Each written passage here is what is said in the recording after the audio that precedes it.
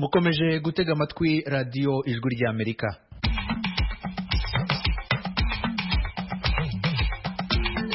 Ndabasuje inshuti mwese muduteze amatwi mbaha ikaze mu makuru yacu ya mu gitondo kuri iki cyumweru hano i Washington DC, muri kumwe nanjye Edi Rwema. Amakuru yacu turayahera kuyo mu karere k'ibiyaga bigari bya Afurika, nyuma turaza gukomereza ku kiganiro ejo mutegurirwa n'urubyiruko rwo mu Rwanda, naho guhera saa 12 ni ikiganiro dusangira ijambo nk'uko bisanzwe buri cyumweru.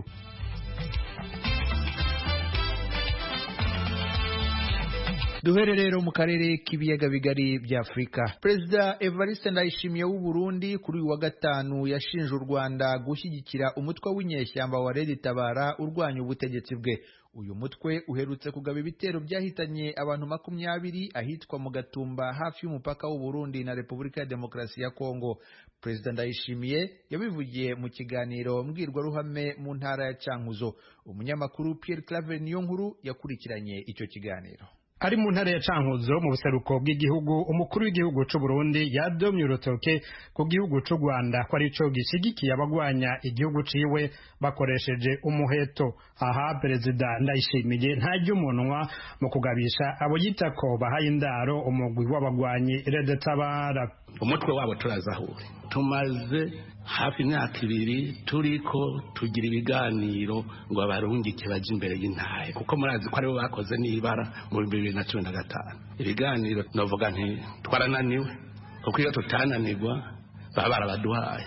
Iyo migwi ihabwa indaro, ihabwa ivyo kurya, ihabwa amabiro bakoreramwo, ihabwa amahera n'igihugu bicayemo. Naho mu Rwanda no hanura igihugu cy'u Rwanda yuko comenya ko babandanije barera umuntu ariko arica inzoya, bariko bari mu mugwanko, bariko bari mu mugera w'inzankano hagati y'abene gihugu b'ivyo bihugu bibiri. Bokwigenga ubuntu uwo mutwe bakawushikiriza ubutungane bw'u Burundi. Uwo muhari wavuye usohora itangazo kuri uyu wa gatanu aho uhakana ko woba ushigikiwe n'u Rwanda canke ikindi gihugu na kimwe. Red Tabara uvuga ko ushigikiwe nyabuna n'abarundi Rwanira, yamara ko ufise ibirindiro muri Kongo. Unavuga ko atabagwanyi ufise ku ruhande rw'umuhari wa M23 urwanya leta ya Kongo, ko n'abasirikare bafashwe atarabawo nk'uko umukuru w'igihugu yabivuze. Kuri Ndayishimiye abo bashaka kumusaba ibiganiro bakoresheje ibigwanisho mu gutera igihugu arongoye nta shingiro bafise. Evariste Ndayishimiye yafatiye ku gitero uwo muhari uheruka kwemanga ko wateye mu Gatumba ku rubibe rw'u Burundi na Kongo ku ndwi iheze. Iyo baba bafise ivyo babaza bari kubibaza abo bica babahora iki? Umwana w'imyaka 3 bapfiki, umwana ari mu nda bapfiki. Barabonye neza ko imigwi itabwo basabanye politiki n'abicaye. Abo rero abarundi tutaviriye hasi ntimurondere ikintu. Uwo mugwi ugwanya leta y'u Burundi wo urakana wivuye inyuma ko atamunyagihugu asanzwe wishe kiretse abasirikare n'abapolisi 10.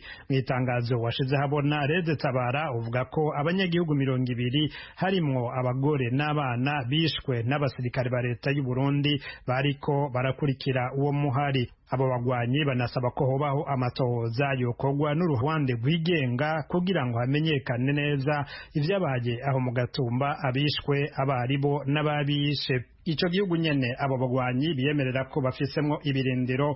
Umukuru w'igihugu yamenyesheje ko yakirungitsemo abasirikare kugwanya iyo migwi, ariko cane cane ashimangira ko bagiye no gufasha leta ya Repubulika ya Demokarasi ya Kongo kugwanya umuhari bahanganye witwa M23. Perezida Ndayishimiye abaye wa mbere yemanze ko u Burundi bwarungitseyo abasirikare, arasigura igituma. Ibihugu rero iyo bifitaniye amasezerano yuko bitabarana, ivyo birakogwa gutabarana, kuko inzu y'umubanyi gasha ntuje kuyizimya, nawe iwawe hiye ntazoza kandi nta umenye ibizi ingene biza. Ariko iyo mutabarana biba ari vyiza. Iyo rero u Burundi bugiye gutabara igihugu ca Repubulika Iharanira Demokarasi ya Kongo, higiye kutabara nk'uko citabaye, kuko burya ingwano nziza utegerezwa kumenya kuyigwana utarayigwana. Nubuze mutare yabase kugwana igisoda kirafise amategeko yacu, arahanwa ko kirabira afise amategeko.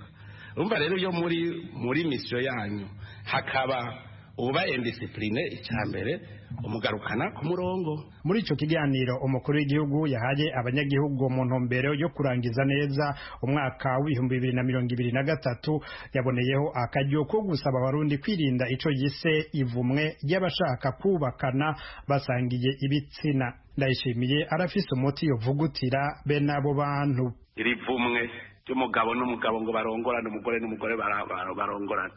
Ndababwije ukuri, niba ushaka kwikwegera umuvumo mu gihugu uremera ko aba bana bubakana. Jewe ku bwanjye ngomba nibaza ko mwe nabo bantu tubabonye mu Burundi bari bakwiye kwajana kuri stade bakabatera amabuye, kandi nta gicumuro baba bakoze nibitera. So je mbere no kubivuga sindavyumva ko nkwiye no kubivuga. Ushaka gutora shetani naco aja muri ivyo bihugu abeyo, ahubwo nibaza ko bamwe mwavuga bahorumbira kuja hanze bagiye kwakira iyo migenzo baraherayo ntibatuzanire, n'uri hanze ntazatuzanire. Ibi umukuru w'igihugu c'u Burundi abishikirije inyuma yaho umwungere wa Eklezia Katolika Papa Francisco atangarije ko yemeye ko abihebeye Imana bakwiye guha imihezagiro aba bana basanga ibitsina, ariko ko batohabwa umuhezagiro wabubatse Kristo. Pierre Claver Nkuru ku bwijwi rya Amerika. Hagati aho leta y'u Rwanda irahakana ibirego ishinjwa na Perezida Evariste Ndayishimiye w'u Burundi ko ishyigikiye umutwe wa Red Tabara urwanya ubutegetsi mu Burundi. Mu itangazo yarayishize ahagaragara, guverinoma y'u Rwanda iratera utwatsi ibirego bya Perezida Ndayishimiye. Guverinoma y'u Rwanda ivuga ko nta na hamwe ihuriye n'umutwe w'inyeshyamba uwo ari wo wose w'Abarundi.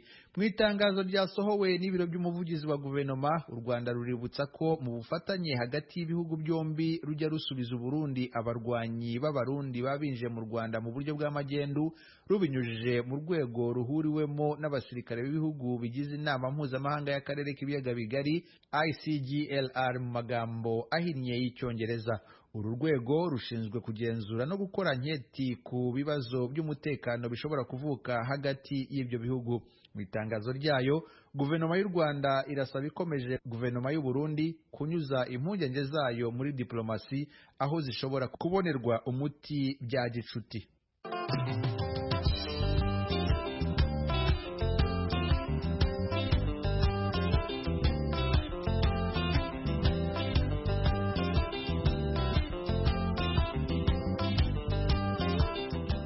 Mukomeje gutega amatwi radio Ijwi rya Amerika. Kuri uyu wa gatanu, urukiko rwisumbuye rwa Nyarugenge i Kigali mu Rwanda rwakatiye Fidel Gakire uzaba kiriho wahoze mu ishyaka Ishema rya Padiri Thomas Nahimana igifungo cy'imyaka 5 n'ihazabu ya miliyoni 3. Umunyamakuru Eric Bagirubusa yakurikiranye urwo rubanza. Icyemezo cy'umucamanza mu rukiko rwisumbuye rwa Nyarugenge i Kigali mu Rwanda nticyagiye kure y'icyifuzo cy'ubushinjacyaha mu busabe bwari bwagejeje ku rukiko mu rubanza rwa Bwana Fidel uzaba kiriho Gakire. Ubutabera bw'u Rwanda bureguye umugabo icyaha cyo gukora, guhimba no gukoresha inyandiko mpimbano. Ni icyaha gishingira ku rupapuro rw'inzira ubushinjacyaha buvuga ko rwahimbwe na guverinoma nyarwanda yo mu buhungiro yowe n'umunyapolitiki Padiri Thomas Nahimana ukuriye ishyaka Ishema. Ubushinjacyaha bukarega uzaba kiriho Gakire ko urwo rupapuro rw'inzira yarukoresheje ava muri Leta Zunze Ubumwe za Amerika akagera mu Rwanda. Uregwa we akemeza ko koko yari afite urwo rupapuro, ariko ko ubushinjacyaha buruvugisha ibitari byo. Fidel uzaba kiriho Gakire avuga ko urwo rupapuro yari arutunze nk'ikimenyetso cy'umuyoboke w'ishyaka Ishema rya Padiri Thomas Nahimana, akavuga ko aba muri Amerika yakoreshaga ibyangombwa by'ubuhunzi mu gihe yashakaga gutembera. Avuga ko igihe yashakaga gutahuka yasubije ibyo byangombwa abanje kugisha inama General Joseph Nzabamwita ukuriye urwego rw'ubutasi mu Rwanda, akamwumvisha ko nagera mu Rwanda nta kibazo azahagirira. Umucamanza yavuze ko n'ubwo urwo rwandiko rw'inzira uregwa yarufataga nk'ikimenyetso cy'umuyoboke w'ishyaka rya Padiri Nahimana, mu bugenzacyaha no mu bushinjacyaha yabajijwe yemera ko yarukoresheje ataha mu Rwanda. Umucamanza yavuze ko uzaba kiriho Gakire mu miburanire ye yirengagiza ko yari mu nama yashyizeho urwo rupapuro rw'inzira, akanafata icyemezo cyo kurugura akarutunga mu mugambi wo gushyigikira guverinoma nyarwanda ikorera mu buhungiro ya Padiri Thomas Nahimana. Yavuze ko urwo rwandiko rw'inzira ruzwi nka pasiporo rwakozwe rudahura n'urutangwa n'inzego z'ubutegetsi mu Rwanda, bityo ko yakoze icyaha. rwisunze ingingo z'amategeko urukiko rwisumbuye rwa Nyarugenge rwavuze ko umuntu wese uzi neza ko inyandiko ari impimbano akabikoresha mu buryo ubwo aribwo bwose abihanirwa. Umucamanza yavuze ko kuba iyo passport itangwa na guverinoma ya Padiri Thomas Nahimana, Fidel Uzabakiriho Agakire yarayikoresheje abizi bigize icyaha cyo gukoresha inyandiko mpimbano. Mu isesengura ry'umucamanza yavuze ko mu miburanire y'uregwa nta na hamwe yigeze yorohereza ubutabera. Yavuze ko iby'ubushinjacyaha bwamusabiye bigomba guhama uko biri.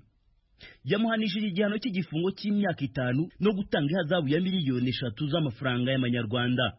Yaba uregwa ndetse n'ubushinjacyaha nta ruhande rwari mu cyumba cy'urukiko. Fidel Uzabakiriho Gakire w'imyaka 37 y'amavuko mu mwaka wa 2018 nibwo yavuye mu Rwanda yerekeza muri Leta Zunze Ubumwe za Amerika avuga ko agiye mu mahugurwa. Agezeyo yahise yiyunga ku ishyaka Ishema rya Padiri Thomas Nahimana udacanwaka n'ubutegetsi buriho mu Rwanda. Mu ishyaka Ishema Uzabakiriho Gakire yari yaragizwe minisitiri w'abakozi ba leta n'umurimo muri guverinoma nyarwanda ikorera mu buhungiro. Muri iryo shyaka Gakire yakunze kumvikana mu biganiro binenga ubutegetsi buriho mu Rwanda, agatabarirwa gukoresha nk'urupapuro rw'inzira rw'uruhimbano kagura amadolari 85, ni ukuvuga agera mu bihumbi 100 by'amafaranga y'amanyarwanda. Mbere yo kuva mu Rwanda Gakire yakoraga umwuga w'itangazamakuru mu gihe cy'imyaka igera mu 10. Yari umuyobozi w'ikinyamakuru Ishema. Gakire waburanye yiyunganira mu rwego rw'amategeko ijwi rya Amerika ntiyabashije kumenya niba azajuririra igihano cy'umucamanza. Bayurusa ijwi rya Amerika i Kigali. Mukomeje gutega amatwi radio ijwi rya Amerika. Abaturage bo mu majyaruguru y'u Rwanda mu karere ka Musanze bavumbuye uburyo bushya bwo gufumbira imirima yabo bifashishije iminyorogoto. Ubu buryo bavuga ko buzabarinda gukoresha ifumbire mvaruganda ituma ubutaka bugunduka. Ni inkuru twateguriwe n'umunyamakuru Assumpta Kaboyi wasuye abo bahinzi. Mu murenge wa Gataraga mu karere ka Musanze mu ntara y'amajyaruguru niho usanga itsinda ry'abaturage 42 ririmo abagore 35 n'abagabo 7 bishyize hamwe batangira ubuhinzi bubungabunga ibidukikije. Twasuye iri tsinda ryitwa Abahuje. Iyo ugeze aho batuye utungurwa nuko buri butaka bwose bwabo buri mu murima, haba imbuga bicaraho usanga hose hari imyaka ihahinze. Mu rugo abo baturage bahahinga imboga mu mifuka, mu majerekani yashaje ndetse no mu ndobo, ku buryo nta butaka bwabo bupfa ubusa. Muri ako gace abaturage bavuga ko nta masambu manini bagira, bityo bagakoresha ubutaka bwose nta bupfuye ubusa. Usanga ufite ubutaka bunini aba afite igice cya hegitari. Abo baturage bumvikanisha ko mu rwego rwo kubungabunga ubutaka buto basigaranye bahisemo gushaka ubundi buryo bafumbira imirima yabo badakoresheje ifumbire mvaruganda. Iyo bakubwiye ko batagikoresha ifumbire mvaruganda uhita wibwira ko bakoresha ifumbire y'amase y'inka cyangwa n'andi matungo. Gusa uburyo bwabo bwo kubona ifumbire butandukanye n'ubusanzwe bumenyerewe. Muzehe Frodouard Munyemanzi ufite imyaka 60 yasobanuye ko babona ifumbire. Ahangaha ku fumbire y'iminyorogoto haratuyororeye. Ira fumbire dufata ibisigazwa by'imyaka. Urabona ikintu kibake dukora gifite metero 3 n'igice kuri metero 1 n'igice, noneho tugashiramo ibyatsi, tugashiramo ya minyorogoto, tukajya ducuciramo amazi, tugashiramo n'ibindi bisigazwa biyari bihatizwa by'ibirayi, ibintu za ibyo twatoneye nk'ibishimbo twasoromye, ibishishwa dusigaje tukabishiramo, noneho tugashiramo n'ibindi byatsi by'ibisigazwa by'imyaka n'ibindi byose. Ibikarito hano hari ibyo twita imyanda, ugasanga bamwe bari kujya kubitwikira ku musozi, kandi ibyo ngibyo byose ari iki? Ari ifumbire. Twebwe ari n'agapapuro ntabwo tugashira ku ruhande, hano ntaho wagatora. Ibitabora nibyo tudashiramo.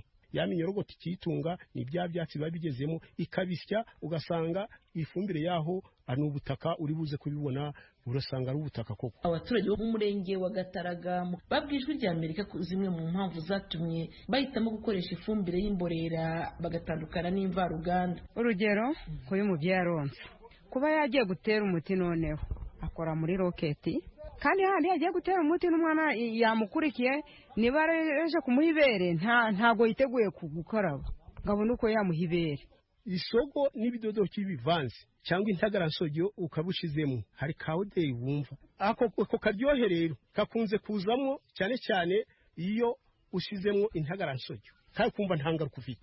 aba baturage bagaragaza ko gukoresha ifumbire y'imborera bibafasha kubungabunga ubuzima bwabo no kubona amafunguro y'umwimerere. Niba nakoreshaga imvaruganda byibuze nk'ibiro 20 ahantu runaka, kaba nagabanya cya gishoro cyo gucaya mvaruganda ngakoresha iyi mborera dukoresheje ibyatsi. Tubona ko ubutaka bwacu butangiye kugunduka, nicyo mpamvu turi kwibanda kuri ziriya mbuto gakondo. Imborera nizatuma ubutaka burama bukomeza kuba umwimerere, niho uzanabonera na ya ndyo nziza yuzuye ifatika, tugakomeza kugira ubuzima buzira umuze. Ibyo abaturage bakora babifashwamo n'ubuyobozi bwabo bubegereye. Bwana Hakizimana Jean Pierre ushinzwe gukurikirana iby'ubuhinzi mu murenge wa Gataraga mu karere ka Musanze avuga ko gukoresha ifumbire mvaruganda nyinshi byangiza ubutaka. Impamvu rero iyi mihingire igamije kubungabunga cyangwa se gusigasira ubutaka ni imihingire bituma umusaruro uboneka kandi ntihagire byangirika. Umushinga Gakora u Rwanda usanzwe ufasha abaturage mu buhinzi niwe utera inkunga aba bahinzi. Bwana Senkaru Jean Marie ushinzwe ubuhinzi muri uyu mushinga asobanura ko gushishikariza abaturage gukoresha ifumbire y'imborera buri mu rwego rwo kubungabunga ubuzima bwabo. Iyo ugiye gutera inyanya ukaziduduriza ditane, ejo ukazisarura, umwana cyangwa se umuntu mukuru akazirya, ni ukuvuga ngo aba yiyanduje kanseri ako kanya.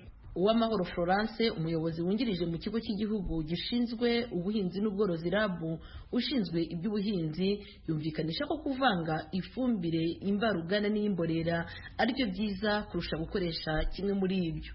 Imvaruganda ntabwo ikoreshwa yonyine, ikoreshwanya n'imborera n'ubundi, ntabwo isimbura imborera ahubwo birunganira. Nta ngaruka igira wavuga ku bihingwa cyangwa se ku bakonsuma, ahubwo ikibazo ni uko murabizi ubutaka bwacu n'imiterere y'igihugu cyacu, hari imvura nyinshi ishobora kugwa yayindi ikagenda ari nyinshi, ariko iyo harimo imborera irayifata. Abahinzi bavuga ko umusaruro wabo bawukoresha bahaza ingo zabo ndetse bagasagurira n'amasoko. Asumta Kaboyi, Ijwi ry'Amerika mu karere ka Musanze mu ntara y'Amajyaruguru y'u Rwanda.